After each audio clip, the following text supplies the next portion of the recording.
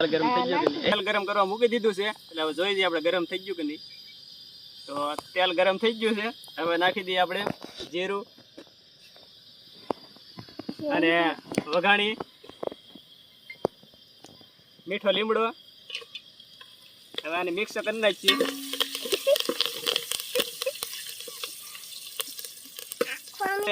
મરચાનું cutting કરેલું છે એ.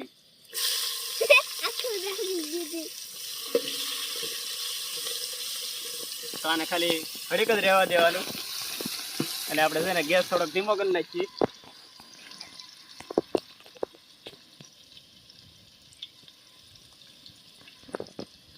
હાલો હવે શું કરવાનું છે, નાખી દેવાના છે.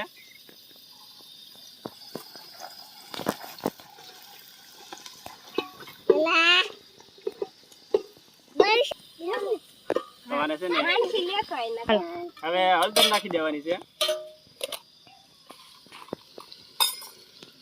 થોડુંક મીઠું,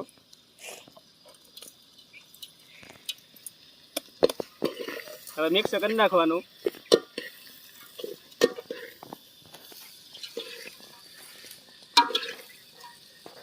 હવે પાંદડા છે ને છૂટા પડી જાય એટલે આ ડાળી હોય ને કાઢી નાખવાની.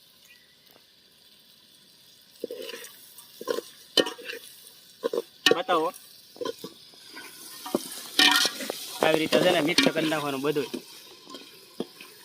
ધીમે ધીમે હલાવવાનું એટલે હું તે પેલી પડે નહીં.